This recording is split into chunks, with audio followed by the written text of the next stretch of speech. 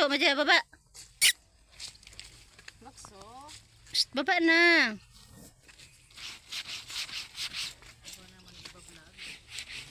May nga ni kong wifi. Ibuktak mo yung basket sa laot. Ano to, malabo ba ko naman dahil sa bagyo, ano? Sa baha lang. Tapos yung kawayan, inano na yan. Hindi mahali.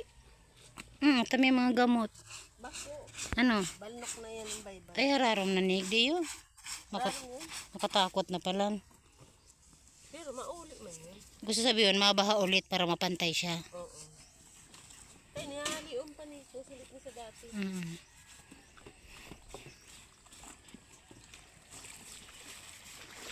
So,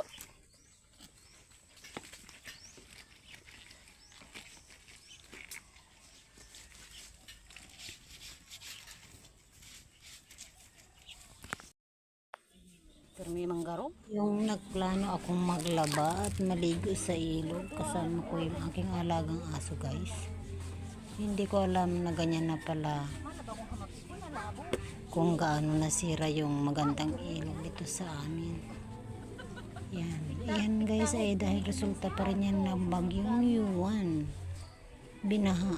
Yan, nasira. Marami ng malalim na parte ng buhangin dyan, guys. Kaya delikado sa mga hindi alam, lalo na sa mga bata. At ganyan nga, ang labo din ng tubig. At ang daming mga nahakot o yung mga ibang basura o kagaya ng kawayan na yan ay hindi naman yan dyan talaga, guys.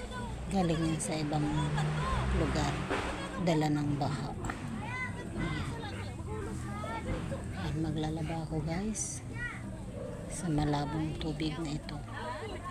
At siyempre mamaya maliligo din ako dyan, makapaglangoy kasi ang lamig ng tubig, napaka-presko sa katawan. Kaya lang siyempre kailangan natin magbanlaw sa pag-uwi sa bahay. Kailangan natin magbanlaw ng malinis na tubig para hindi tayo mangati. Kahit ganito yung ating balat, kailangan walang an-an. O diba, guys?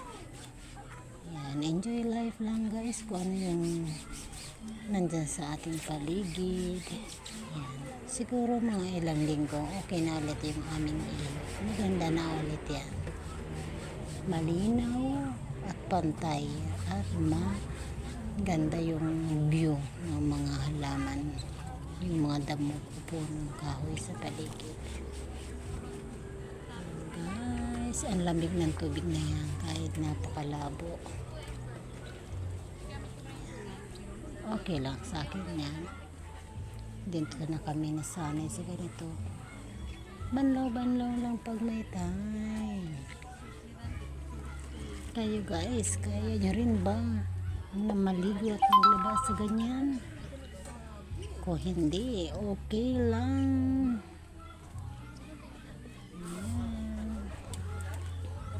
At sa panahon ito, guys, hindi pa ako makapag-wifi ng tuluyan, makapag-wifi ng tuloy-tuloy at makapag-suporta sa inyong lahat. Yan, dito is real. Hope so, cats will come back soon. Have a nice day, guys, and God bless to all always supporting me.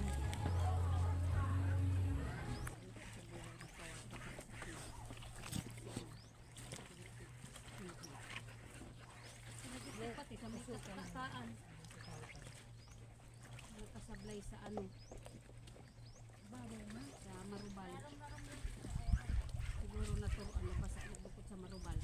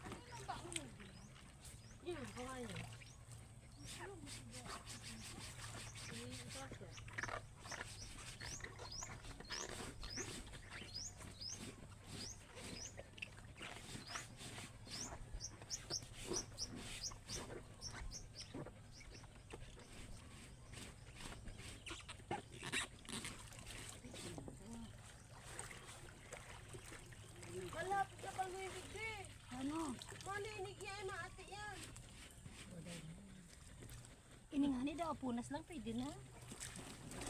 Kaya lang, gusto ko man yan pala ngayon. Ha?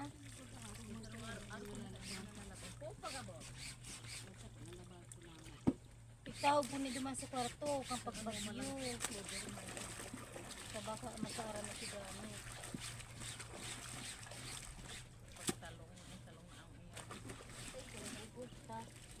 Duman sa taas. Pato mo duman sa pigtagpas na balato. Eh, barato. nito kahingking? Uy, yaong ka pala dyan, ano?